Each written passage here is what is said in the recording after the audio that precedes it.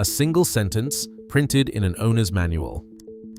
9 words that matter, written by the company that sold you the device.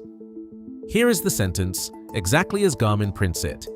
Before you can use the SOS function, you must have an active satellite subscription. That is from the Garmin inReach Mini 2 Owner's Manual, the manufacturer's own documentation, telling you in plain type that the distress function bills monthly. The emergency beacon in your grab bag has a billing status.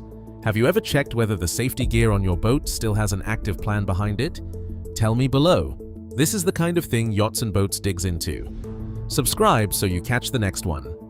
Garmin publishes 4 separate support documents about what happens when you stop paying for your charts. I spent a long time trying to read them.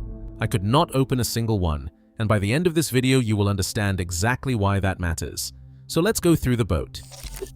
10 pieces of gear you buy once and rent forever. Start with the boat monitor, because the wording there is the clearest in the whole industry. The Siren 3 Pro is now owned by Yamaha. Yamaha completed that purchase on the 13th of January, 2022.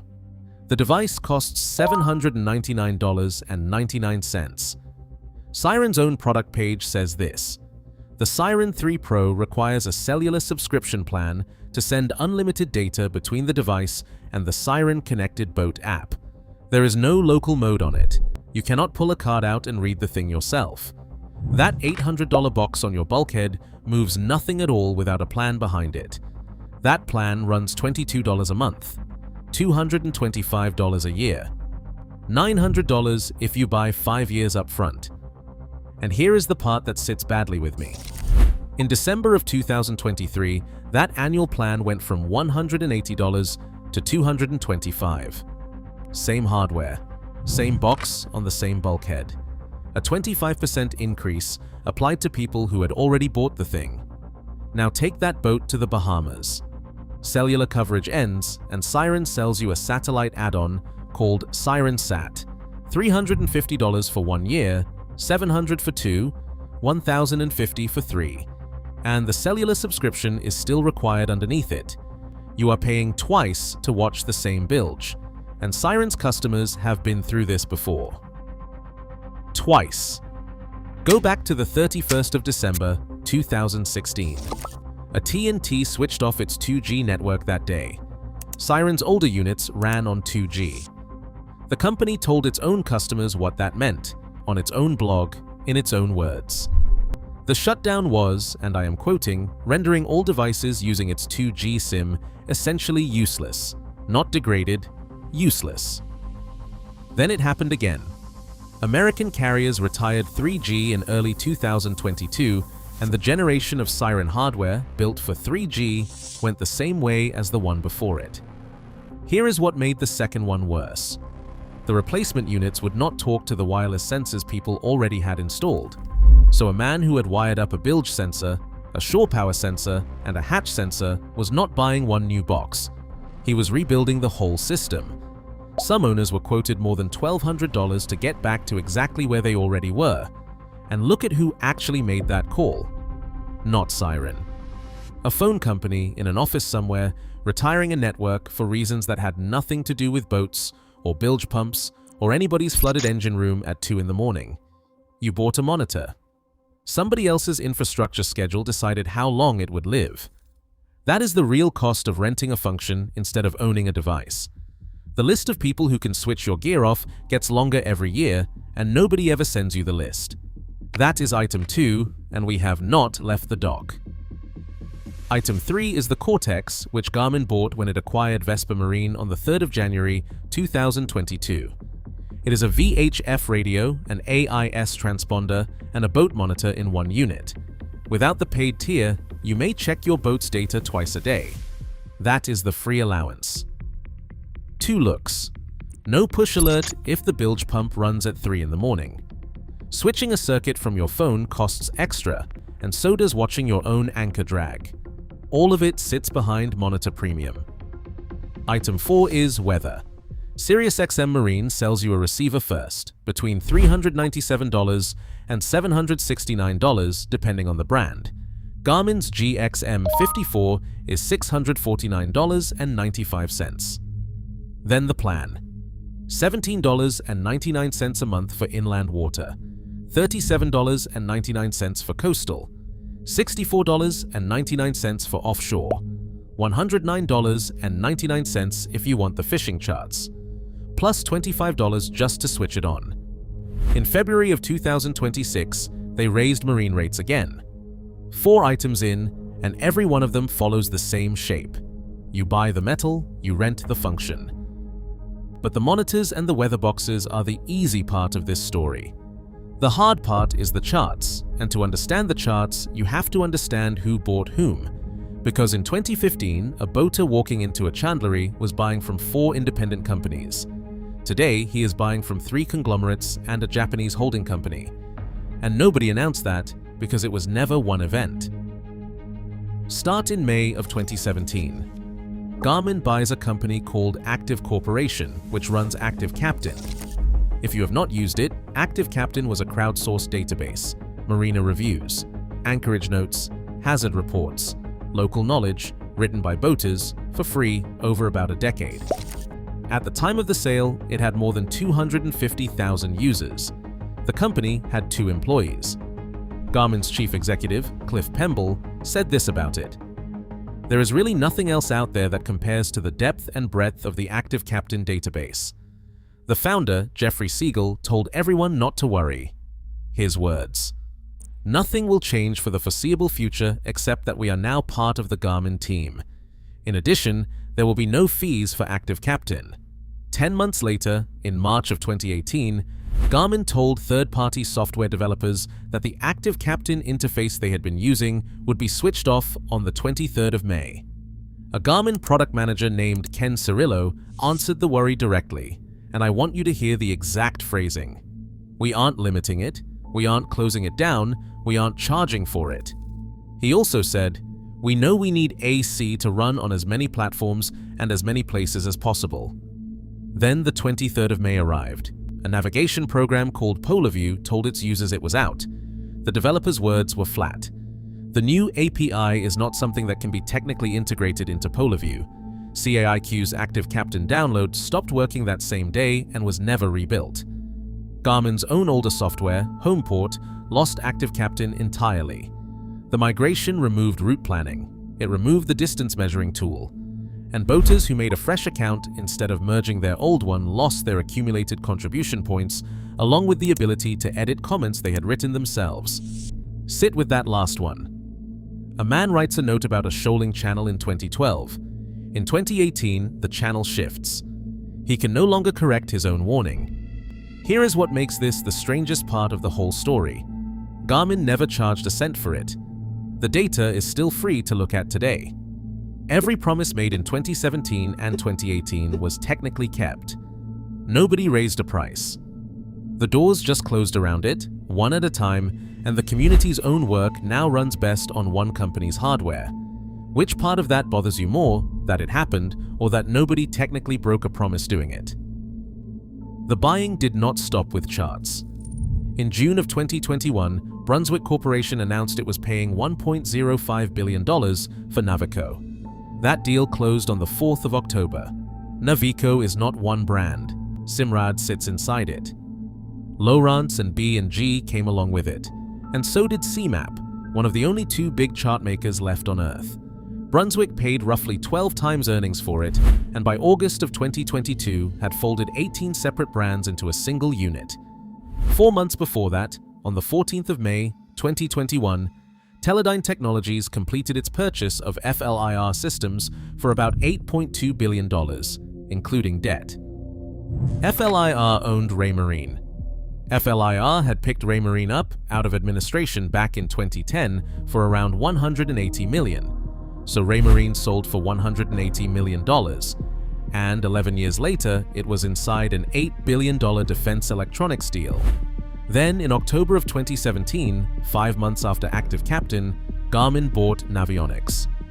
350 employees in Viareggio, Italy, the largest recreational chart maker in the world. Terms never disclosed. Now, I want to be careful here, because there is a number I cannot give you. There is no published market share figure for this industry.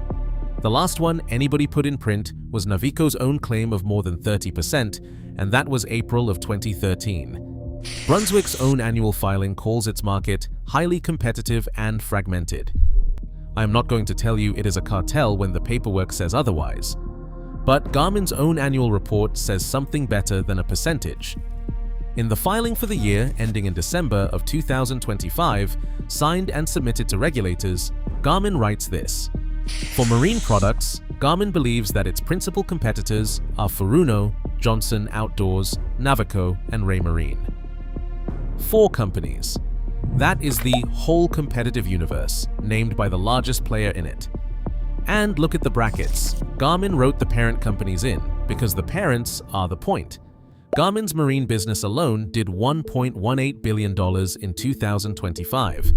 Navico did $800 million. So back to your chart plotter with all of that behind it. Item 5 is the Navionics boating app on your phone.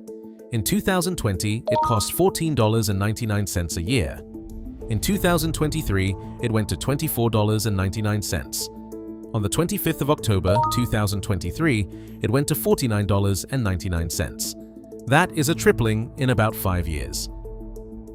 Item 6 is the physical chart card in your plotter, and this is where I have to correct something I expected to find. I assumed the cards had gone up with the app. They have not. Navionics Plus for the US and coastal Canada sold for $199 in January of 2016, before Garmin bought the company. Today, that same card is $199.99. 99 cents across 10 years and a takeover. In real money, that card is cheaper than it was. The price did not change. What changed is what the price buys. The card now comes with 1 year of updates included, and after that, you are renewing. Item 7 is C-MAP, which is Brunswick's. Their own site puts it without decoration. Once the 12 months is up, an additional purchase is required for continuous use. Renewal runs about half of retail, and their phone app keeps the charts on the free tier, but locks your GPS position behind premium. A chart that will not show you where you are is a picture. Item 8 is Raymarine's Lighthouse charts, now under Teledyne, 12 months included, then roughly $49 a year. Item 9 takes us back to the satellite messenger we started with. Every inReach plan carries a $39.99 activation fee on every device, on every tier, from the $7.99 plan to the $49.99 one. Garmin does offer a free pause, up to 12 months. Their blog explains what pausing means. While in suspend, you will not be able to use the satellite capabilities of your inReach device. So the pause is free, and the device is dead while it lasts. Item 10 is the internet connection. Starlink used to let you pause for nothing. In August of 2025, that ended, replaced by a paid standby mode at $5 a month, throttled to 500 kilobits. In March of 2026, they removed in-motion use from it. In April, they removed the protection against reactivation surcharges. That is the 10. And every single one of them was legal, published, and disclosed. Which raises the question I have been circling since the first minute. If it is all disclosed, why can nobody tell you what actually happens when the payment stops? Because the industry has an answer for the card, and no answer at all for the app. For the card, Garmin's product copy says this, and it appears word for word on multiple dealers' sites. Charts and features that are downloaded during the subscription period remain on the card, but no additional content can be downloaded after the subscription expires. Clear enough. The chart freezes, it does not vanish. Except that is not what a lot of owners describe. One man's Raymarine E80 lost its charts partway between Long Island and Mystic, Connecticut. A Raymarine Element owner found his charts would not draw in split screen. An Axiom owner lost turn-by-turn routing and navigated 60 miles offshore on his phone. Another put it simply, he could not get anything except a very crude base chart. And for the phone app, Garmin publishes 4 support pages specifically about expired subscriptions. I tried to read all 4. Every one of them is built so the text only appears if you are running a full web browser with scripts enabled. There is no printed version anywhere. The manual does not carry it, neither does the product page or the listing in the App Store. The terms that govern what you lose exist in exactly one place, and it is a place a search engine cannot quote back to you. Raymarine does not publish what happens at expiry either, neither does C-MAP. SiriusXM will not say what an unsubscribed receiver shows on your screen. They give you a phone number instead. That is 4 companies, and not one of them will put the answer in writing where you can find it. Now, you might reasonably ask why nobody has forced them to. There is an answer to that, and it has a date on it. On the 22nd of June, 2022, New York passed the Digital Fair Repair Act. Phones were covered, farm equipment was covered, marine and off-road products were struck out in a last-minute amendment. That carve-out was lobbied for by 3 groups: the Marine Retailers Association of the Americas, the National Marine Manufacturers Association, and the Coalition Opposed to Illegal Tampering. The Marine Retailers Government Relations Manager publicly thanked the senator who did it. A man can legally rebuild the diesel in his boat. His own industry association asked the state to keep him away from the software on his dash. In January of 2026, Delaware introduced House Bill 279, aimed specifically at marine equipment. One of its sponsors, Senator Russell Huxtable, said boat owners are being forced into monopolized repair systems that drive up cost and limit choices. It sits in committee. So after 10 years, 4 acquisitions, and more than $9 billion of deal value, here is where a boat owner actually stands. And this is the part nobody selling you a chart card wants in the same sentence as their price. The official nautical chart of the United States is free. NOAA's electronic navigational charts cost nothing, and they are updated every weekday evening. Those are not a budget alternative to the paid product. They are the government's own chart, and a great deal of what you pay for is built straight on top of them. OpenCPN, the software that reads them, is free and open source. SEIC costs $24.99 once and never asks again. There is a catch, and it is a real one. In December of 2024, NOAA cancelled the last of its 1007 paper charts. The paper on your nav table, the thing that worked when the screen did not and cost nothing per year to keep, stopped being printed in the same window that the subscriptions tightened. The free option now lives on a screen too, just not one that expires. I have gone back and forth on how angry to be about all this, and I keep landing in an uncomfortable place. Nobody here broke the law. Garmin publishes the SOS requirement in the manual rather than hiding it. Siren says a subscription is required, in plain type, on the page where you buy. The card price barely moved in a decade. Every single promise about ActiveCaptain was technically kept. That is what makes it worth understanding rather than just shouting about. This was not a scam. It was a slow, documented, entirely legal change in what the word buy means on a boat. And the only thing anyone did wrong was assume it still meant what it used to. Go and check the card in your plotter this week. Find the date on the subscription. Then try to find out, in writing, from the company that sold it to you, what you lose the day after. If you manage it, put it below, because I could not. Once you start reading the terms instead of the box, you will never look at a helm the same way again, and that is what Yachts and Boats is here for. Subscribe, and I will keep pulling these apart.